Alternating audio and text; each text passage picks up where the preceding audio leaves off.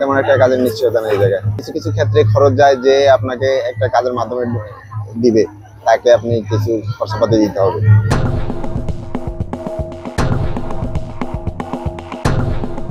আসসালামু আলাইকুম দর্শক, আমার আজকে কম্বোডিয়ার শেষ দিন। আগামীকাল কম্বোডিয়া ছাড়বো। এই কয়েকদিনে বাংলাদেশি অনেকের সঙ্গেই কথা হয়েছে, নানান অভিজ্ঞতা তাদের। সেই অভিজ্ঞতাগুলো আপনাদের সামনে তুলে ধরছি। আপনারা যারা কম্বোডিয়া আসতে চান তারা একটু কম্বোডিয়া সম্পর্কে জেনে এবং বিশেষ করে এখানে যারা বসবাস করে তাদের অভিজ্ঞতাটা কি, তাদের কাছ থেকে এই কথাগুলো জেনে আপনারা সিদ্ধান্ত নেবেন। আপনাদেরকে নিরুৎসাহিত করছি না, কিন্তু জেনে বুঝে সেই কম্পিট করার মানসিকতা নিয়ে কিন্তু আসবেন। আজকে আমি এই অভিজ্ঞতার বিষয়ে আমার সাথে আছেন লক্ষ্মীপুরের এক ভাই, কম্বোডিয়ায় থাকেন 1.5 বছর। জি, আজকে 1.5 বছর আছেন। তার কাছ থেকে শুনবো যে কি তার অভিজ্ঞতা। আমার নাম মোহাম্মদ নাহিদ। আসলে মোহাম্মদ নাহিদ, কত বছর আগে আসছেন আপনি? আমি প্রায় 1.5 বছর হয়েছে। 1.5 বছর হয়েছে। আচ্ছা, এই 1.5 বছরে আপনার অভিজ্ঞতা কি? আপনি যখন আসছেন তারপর থেকে কি বাংলাদেশিদের সংখ্যা শুধু বাড়ছেই? এটা একটু বলেন। থেকে শুধুই বাড়ছে, বাংলাদেশি অ্যাভেলেবেল বাংলাদেশি দৈনিক এদেশে ঢুকতেছে, যার কারণে বাঙালিদের জন্য এই দেশটা একটু কর্মের ক্ষেত্রে হার্ড হয়ে যাচ্ছে। কেমন হবে আনুমানিক বাংলাদেশির সংখ্যা? এটা তো কোনো সঠিক নাই, তারপরও আনুমানিক। তবু আনুমানিক আমার মনে হচ্ছে যে লাখেরও বেশি ছাড়িয়ে গেছে। লাখের বেশি ছাড়া গেছে। এই যে প্রচুর পরিমাণে বাংলাদেশি প্রতিদিনই আসছে বলা যায়, তো আসার পরে তারা কি আসলে কাজ পাচ্ছে? এটা একটু বলা। তারা কাজ পাচ্ছে, এখানে আসছে যাদের মাধ্যমে আসে আর কি, তারা এই জায়গায় রাখে, কয়েকদিন রাখে, ঘুরায়, তারপরে তারা কাজ ম্যানেজ করে, কাজ ম্যানেজ করতে পারলে কাজ দেয় আর কি। আচ্ছা, তো সাধারণত মানে কোথায় কাজ করে বাংলাদেশিরা? বাংলাদেশিরা বিভিন্ন কন্ট্রাকশনে কাজ করে, তারপরে আবার এই দেশে তো সবাই জানে যে এই দেশে কাজ কাম হচ্ছে বেশিরভাগই আপনার ক্যাসিনো আর হচ্ছে কন্ট্রাকশন, কনস্ট্রাকশন। আবার ওই স্ক্যামেও কাজ করে নাকি কম? স্কিমও আছে, কম। বেশিরভাগই হচ্ছে কি আপনার বাঙালিরা আসে এই জায়গায়, তারপর বাঙালিরা আসার পরে যে কোনো একটা কাজ ম্যানেজ করে তাদেরকে দেওয়া হয় আর কি। আচ্ছা আচ্ছা, মেইনলি কনস্ট্রাকশনটাই মানে সবচেয়ে বেশি। তারপরে তবুও হার্ডলি অনেক হার্ড। আচ্ছা, তো এই যে এত আসছে, সবাই তো কাজ শিখে আসছে না। যারা কাজ শিখে আসে না তাদের অবস্থাটা কি? তাদের অবস্থা, তারা ঘুরে ফিরে কয়দিন থাকে, যার মাধ্যমে আসছে উনি রাখে এই জায়গায়, এই আর কি। তারপরে কোনোভাবে কোনো একটা কাজ ম্যানেজ করে দেয় তাকে।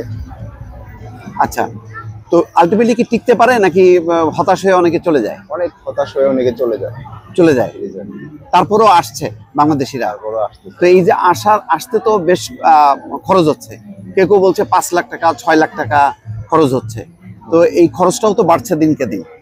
এই খরচটা বাড়ছে। আবার কিছু কিছু জেলা থেকে অনেকের লোকজন এই দেশে ঢোকার জন্য যেহেতু বড় একটা অ্যামাউন্ট পাচ্ছে তারা মাস শেষে, যারা যারা আসছে বা অনেক আগেও যারা আসছে এই দেশে, তাদের কাছ থেকে শুনে আবার গ্রামের লোকজন ইন্সপায়ার হচ্ছে যে ওরা মাসে এত টাকা করে পাঠাচ্ছে, ওগুলোও তো পারবে, এই হিসাবে আসতেছে আর কি অ্যাভেলেবেল। তো আনুমানিক মানে কেমন বেতন পায়? মানে সাধারণত যাদের কাজ আছে তারা কেমন পায় মাসে? তারা 50 প্লাস, 50,000 প্লাস, 50,000 বাংলাদেশি টাকা। 50,000 প্লাস, মানে তার মানে প্রায় $500 মতো। $500 মতো থাকা খাওয়া বাদে তারা এই টাকাটা দেশে পাঠাতে পারছে। $500 পাঠাতে পারে।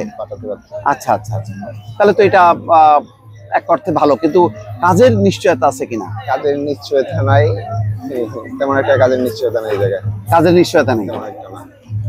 ও, তাহলে মানে যদি 6 মাস তার কাজ থাকে, আবার মাঝখানে দেখা গেল 2-3 মাস কাজ নাই। 2-3 মাস না, দেখা গেল 15 দিন 1 মাস কাজ নাই, তারপর আবার আরেকটা কোম্পানি ম্যানেজ করবে, তারপর আবার ওই জায়গায় আবার ঢুকবে, এরকম এভাবেই চলছে। এই যে কোম্পানি ম্যানেজ করতে হয়, এটার জন্য কি আবার তার মানে পয়সা খরচ করতে হয়?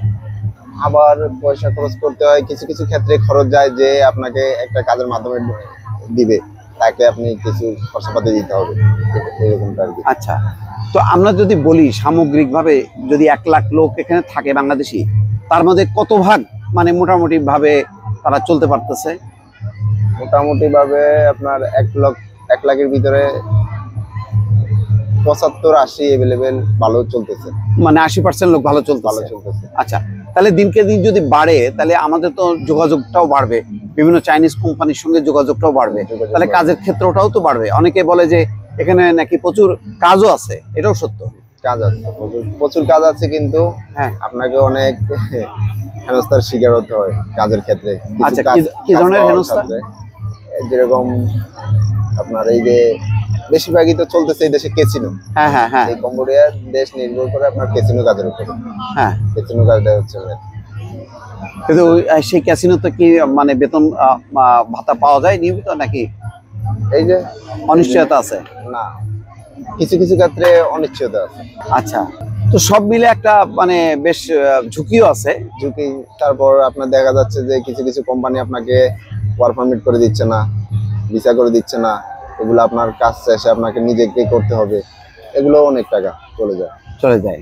ও, মানে টাকা ইনকামও যেমন করছে মানুষ, মানে বাংলাদেশের আবার যদি খরচও হচ্ছে। দেখা যাচ্ছে যে কোম্পানি যদি ওয়ার্ক পারমিট ভিসা না করে দেয়, সেক্ষেত্রে আপনাকে নিজেকেই করতে হবে, আপনার আচ্ছা। নিজের খরচ বহন করতে হবে এটা। আচ্ছা আচ্ছা আচ্ছা। সেক্ষেত্রে একটু ঝামেলা অনেকের ক্ষেত্রে। তো ভবিষ্যৎটা কি এখন যদি এক কথায় আপনার কাছে জিজ্ঞাসা করি, যে এই যেভাবে আসছে ভবিষ্যতে কি হবে, টিকতে পারবে বাংলাদেশিরা? বাংলাদেশিরা টিকতে পারবে বলতে তেমন না, কারণ এই দেশে তো কাজের কাজের কোনো ইয়ে নাই। আপনার যে কাজটা হচ্ছে এটা শিখে যে আপনি বাংলাদেশে গিয়ে কিছু একটা করবেন, এরকমটা কোনো কিছু না। জাস্ট আপনাকে এই দেশে যতদিন থাকবেন ততদিন ইনকাম করতে পারবেন, এতটুকুই। আচ্ছা, এবং মানে আজকে এই কোম্পানি কালকে ওই কোম্পানি, এমন না যে আমি একটা কোম্পানিতে 5 বছর আমার চাকরি থাকবেই, এমন কোনো নিশ্চয়তা নেই। এমন কোনো নিশ্চয়তা নেই। তার মানে বিভিন্ন কোম্পানি ঘুরে ঘুরে আমার ছুটা কাজের মতো না, 6 মাস 1 বছর আপনি যে কোনো কোম্পানিতে কাজ করতে পারেন, এই এক ধরনের ছুটা কাজ, সেটা কাজ। ছুটা কাজের মতনই আর কি। দর্শক শুনলেন, এখানে সম্ভাবনা আছে, সমস্যাও আছে, চ্যালেঞ্জ আছে। এই চ্যালেঞ্জগুলো মোকাবেলা করে আপনাকে বুঝতে হবে যে আপনি টিকতে পারবেন কিনা। কাজের একেবারে মানে 100% নিশ্চয়তা আছে, সেই নিশ্চয়তা নেই। চলে যায়, অনেকে চলে যায়, অনেকে চলেও যায়। এই যে দেখলেন, অনেকে কিন্তু চলেও যায়, টিকতে না পেরে অনেকে চলে যায়। 10 দিন 15 দিন আসছে থাকে, তারপরে নিজের খরচের হচ্ছে আবার চলে যেতে নিজের হয়। খরচ আবার চলে যেতে হয়। ফলে সব মিলে খুব যে এখানকার শ্রম বাজারটা খুব নির্ভরশীল, একেবারে টেকসই। আপনার একেবারে 5 বছরের কন্ট্রাক্ট নিয়ে আপনি চাকরি, যেমন সৌদি আরবে যান বা অন্য দেশে যান, 3 বছরের কন্ট্রাক্ট নিয়ে বা 2 বছরের কন্ট্রাক্ট নিয়ে, এটা কিন্তু তেমনটা না, অনেকটা ছুটা কাজের মতন। ফলে ছুটা কাজ করতে গেলে আপনার সেই কাজের অভিজ্ঞতাও থাকতে হবে। ফলে সবকিছু বুঝে শুনে কোনো রকম অভিজ্ঞতা ছাড়া কম্বোডিয়ায় আসা আপনার জন্য খুবই ঝুঁকিপূর্ণ হবে। এবং যে 5 লাখ 6 লাখ টাকা খরচ করে আসবেন, সেই পুরো টাকাটাই কিন্তু মাঠে মারা যাবে। ফলে সাবধান দর্শক, ভালো থাকবেন, আল্লাহ হাফেজ।